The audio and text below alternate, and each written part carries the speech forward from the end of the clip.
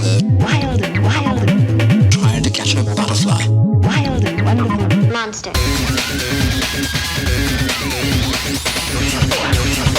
Felt like a butterfly. Ladies, gentlemen, and swordy shieldies of all ages, the final update is here for Monster Hunter Wilds, and along with it we have the addition of new equipment. Specifically, Arch-Tempered Arkveld has graced us with our final Gamma armor set, which has quite a few solid equipment pieces in it for making our best builds even better than they already were, and in some cases this results in more of a side grade where you get bonus utility while maintaining similar offense to what the builds had before, whereas others do get appreciable damage increases from these pieces too, but maybe lose a bit of utility in comparison. Regardless though, this new set is good, it absolutely has a place in the meta, and so today let's talk about how this changes our best sword and shield builds, especially when you consider the new main focus for the next stretch of time will be 10-star quests, which are on a whole other level of challenge compared to the 9 stars that we've been facing for the past few months, which most notably means longer average quest time, and that also shifts the balance of what is best just a little bit as well. Starting off today then, let's go over the weapon itself, same as it was before for sword and shield. It is a Gogma Artian weapon with an element base. If you only want to make one weapon for general purpose, dragon element is the way to go, as nothing meaningful is properly resistant to dragon, and all of the really tough stuff is reasonably weak to it. Generally, I assume you are making these builds to fight the proper toughest fights in the game, rather than getting fully offensively optimized just to go dunk on something like Chatacabra. For the focus then, generally speaking, the difference between attack focus and element focus is very, very small, but as far as today's builds, element focus is better for the build that has no RNG involved, but attack focus is better for all of the other ones, as we average close to 100% affinity, even with the 10% deficit from that choice, so I will be using an attack focus version of the weapon in all of the math for the different builds today.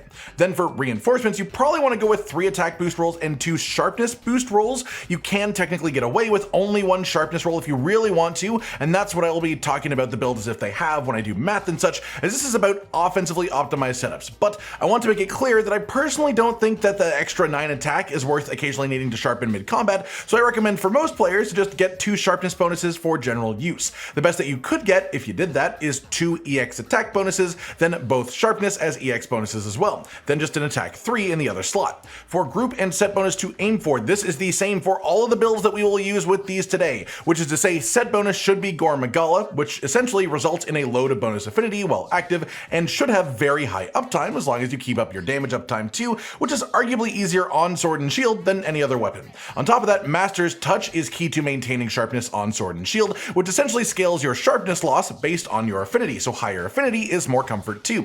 For group bonus, Lord's Soul of course desirable in any set that isn't fully loading into element, just way too powerful both for offense and for defense, being a 5% weapon attack increase until you trigger the Guts effect, which protects you from being one-shot 1 time per life. One last thing to touch on is that all builds now have a Scorcher in them for this weapon. Last time we talked about builds for sword and shield, I gave an option with Scorcher and an option without Scorcher, partially because we were still working out the proper value of Scorcher over a full hunt, but also because quest time can vary a lot based on player input, and the longer a quest goes, the better Scorcher is compared to sets without it. With 10-star quests now being a thing, being longer than even the 9-star quests are, this means that Scorcher is pretty much just de facto the winner now, so all builds that we do for this weapon will use Scorcher set bonus for the bonus damage procs, especially as sword and shield is possibly the best weapon at getting constant procs with this due to our high attack uptime. As far as the actual builds then, we have 3 main ones today. First is the highest damage output potential overall, which has a lot of RNG requirements to actually put it together, but we will talk about how to adjust it to use a crafted talisman instead. Then we have the highest damage output overall while not considering Counterstrike as a skill, as Counterstrike is a bit inconsistent for sword and shield, and essentially if you are incredible with SNS, the value of Counterstrike is much lower than if you get hit frequently. In math, I will count Counterstrike at 50% uptime generally, which I think is very reasonable for the average player, as that's getting hit once every 45 seconds or so. But for the sake of people who consider themselves good enough at perfect guarding to never trigger Counterstrike, I will offer a build for you guys too. Then the final build will just be the best offense that you can achieve on this weapon with no RNG required, meaning no set or group bonus from the weapon itself or RNG talisman either. First up then, the highest potential damage build, the highest effective raw option for the equipment itself itself, it's Arkveld Gamma Helmet, new Udra Gamma Chest, Guardian Rathalos Beta Arms, Gore Magala Beta Waist, and regular Rathalos Beta Legs. This, with our weapon set and group bonus included, gives us the Lord Soul group bonus, Scorcher 2 set bonus for frequent bonus pops with damage, and then also the Gore 2 set bonus as well. For the talisman, the god roll for this one is a rarity 7 charm with either Master's Touch or 3 Offensive Guard in the first skill slot. Master's Touch is technically better as Offensive Guard has combo decorations when uses a 3 slot in the weapon. Second skill slot should either be Agitator or Weakness Exploit or Burst. It makes no difference which of those 3, and then a 2 slot decoration socket, so this has to be a rarity 7 talisman for the absolute best version, and this would let us get the full 3 ranks of Counterstrike in this build as a result. That said, if you do not have that talisman, it's best to just use a crafted talisman in the same setup, specifically the Agitator 3 charm for 3 ranks of Agitator. Then you would just replace 2 Agitator decorations from the build with latent power decorations instead, but you do go down to Counterstrike rank 2 if you do that. The result is around 2.6% lower effective raw calculations than with the RNG talisman, which isn't massive, but definitely means it is worth using the RNG option if you do have the RNG option. For your mantle then, the Corrupted Mantle is the best choice generally for pure offensive gains. Otherwise, Rocksteady is quite good these days. I'm a big fan of it. It's a bit of a mix of offense because you can ignore hits and deal damage while being hit, and it also has survivability because it obviously has a massive damage reduction while active as well, and it can trigger Counterstrike without you getting fully knocked back. There's also the option of Recovery Mantle if you just want pure safety, as that is just a pretty much pure utility option. For decorations then, in the weapon, our goal in every single one of these builds today is going to be to have a combination of full offensive guard, full 3 ranks of offensive guard, as that is just an incredibly potent damage increase that we can have active all the time on Sword and Shield. Master's Touch, which is just a really good sharpness management option for us with high affinity, and then as much critical boost as possible. RNG Talisman means that we get crit boost 5. If you're using a crafted talisman instead, you would only get crit boost 3. If you're using offensive guard as a decoration, the best combo decoration for this offensively is to just boost the element of your weapon a little bit. Otherwise, you could put in guard in the secondary part of the combo decoration for a bit of extra utility. For your decorations in your armor then, we have 3 Mighty Jewels for full ranks of maximum might for an extra 30% affinity while our stamina is full, and for a couple of seconds after it drains under that too. 3 Sane Jewels for 3 ranks of the antivirus skill, which both makes it easier to clear Frenzy and gives us an extra 10% affinity when Frenzy has been cleared as well. Perfect combo with the Gore set bonus there, which is very nice. We have 3 Challenger Jewels to get Agitator up to 5 ranks, nice and easy. 1 Tenderizer Jewel for the final rank of the Weakness Exploit skill, which is an incredible source of affinity. 1 Chain Jewel for the first rank of Burst, which is the most valuable rank of that skill for raw attack focused builds, especially Sword and Shield, as we can keep the full chain attack bonus from the skill active consistently. Then finally just a single Counter Jewel to put the Counterstrike skill up to the full 3 ranks. Full skill list then is 5 critical boost, 3 offensive guard, 1 dragon attack, 1 master's touch, 5 weakness exploit, 5 agitator, 3 Counterstrike, 3 maximum might, 3 antivirus, 2 constitution, which actually helps keep maximum might active a little bit more consistently, 2 evade window, which is just a nice bonus for our survivability, 1 rank of burst, then the Scorcher set bonus and Black Eclipse set bonus as well. On top of that, there's also the Lord Soul group bonus too. It's worth noting that we don't end up with any decoration slots for utility, but you could always change your talisman over, drop to 2 ranks of Counterstrike instead of 3, and instead just use a talisman that has the same skills, but 2 armor sockets instead, so you can fit in a little bit of extra utility if you feel that would help you out more.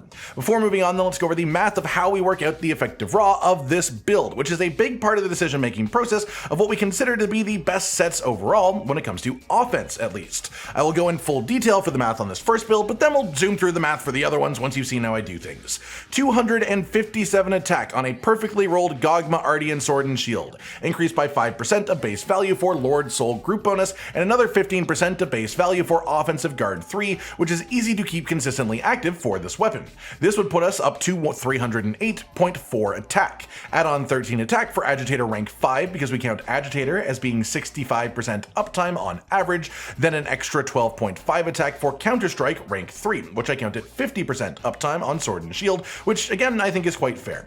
Then plus 8 for Burst rank 1, as we'll be able to keep the full bonus active pretty consistently for a total attack of 341.9. For Affinity, attack focused Gogma Artian weapon has negative 10% as a base, then we gain 30% from Weakness Exploit 5 when hitting weak hit zones, add another 30% for Maximum Might 3, then another 9.75% for Agitator rank 5 counted at 65% uptime, and finally 25% affinity from Gore Magala 2 set bonus combined with Antivirus rank 3 as well, for a total average affinity of 84.75%. We have 5 critical boost, which means a crit is a 40% damage boost, 84.75% chance of 40% bonus damage is 33.9% overall damage average increase from the crits. So we then increase our attack of 341.9 by 33.9% to get to 457.8. Increase that by a further 32% for the white sharpness damage modifier, which gives us a final effective raw of 604.3. This puts it around 9 effective raw, higher than the same build concept from before this title update, which is about a 1.5% damage increase. It's not massive, but an increase is an increase, and we do get some extra utility in there too. Second build today then is the best that we can do while ignoring Counterstrike as a skill, and this one is actually best done with crafted talisman instead of an RNG talisman, mostly because the RNG talisman is pretty much comparable effective raw in this set, but crafted talisman allows you to get some flair in here too, which, while hard to quantify the exact amount that is worth, flair is definitely worth more than just a few points of effective raw over the course of a hunt, especially after flair was buffed in Title Update 4. For the armor on this one, Arkveld Gamma Helmet, Guardian Rathalos Beta Chest and Arms, Gore Magala Beta Waist, and then Arkveld Gamma Legs as well. This gets us the Scorcher set bonus again, Gore Magala set bonus combined with our weapon rolls as well as Arkveld 2 set bonus, which is essentially small bits of passive healing as you attack the monster consistently, so just some thoughtless comfort regen as you fight. We also again get the Lord Soul group bonus here too, and then the talisman should just be full agitator crafted charm for 3 ranks of agitator. For decorations in this one, the weapon is the same as we talked about before, then armor is 3 mighty jewels for 3 ranks of maximum might, 3 sane jewels for the full 3 ranks of antivirus to help out with frenzy and also give us some extra actual affinity, 2 throttle jewels for 2 ranks of latent power for some bonus affinity, 2 challenger jewels to throw agitator itself up to 5 ranks, then 1 chain jewel for the first rank of burst, once again as it is very valuable. That said, the full skill list for this one then is 3 critical boost, 3 offensive guard, 1 dragon attack, master's touch, 5 weakness exploit, 5 agitator, 3 maximum might, 3 antivirus, 2 constitution, 2 latent power, 2 flare, 2 blight resistance, 1 burst, 1 intimidator, scorcher, black eclipse, hasten recovery, and Lord Soul.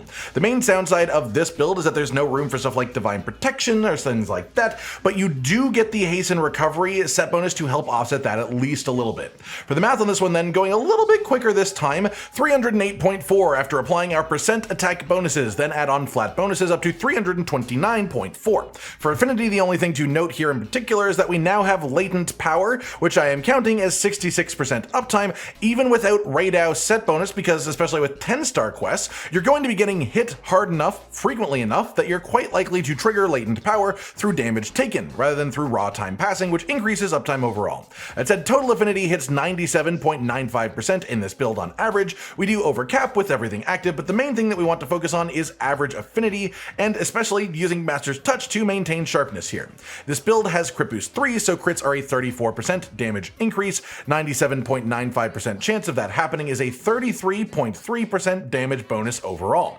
Apply that to our attack and it gets us 439.1, increased by a further 32% up to 579.6 effective raw after counting our white sharpness modifier. This means that we are about 4% lower effective raw than the Counterstrike set that we talked about first, but we also do have 2 ranks of flair, which is bonus procs of damage that may not contribute to effective raw as a number, but it does make up a decent chunk of the difference by itself. Finally then, we have our full crafted build today, meaning no RNG talisman required and no reliance on the set or group bonus from a Gogma Artian weapon either, just using the Gogma Artian weapon as a big hefty stat stick instead, essentially. For the armor, Arkveld Gamma Helmet and Legs, udra Gamma Chest, Guardian Rathalos Beta Gloves, and Guardian Rathalos Alpha Waist specifically, then the Latent Power Crafted Charm 2. This gives us Arkveld 2 set bonus, Scorcher set bonus, and then also the Lord Soul group bonus as well.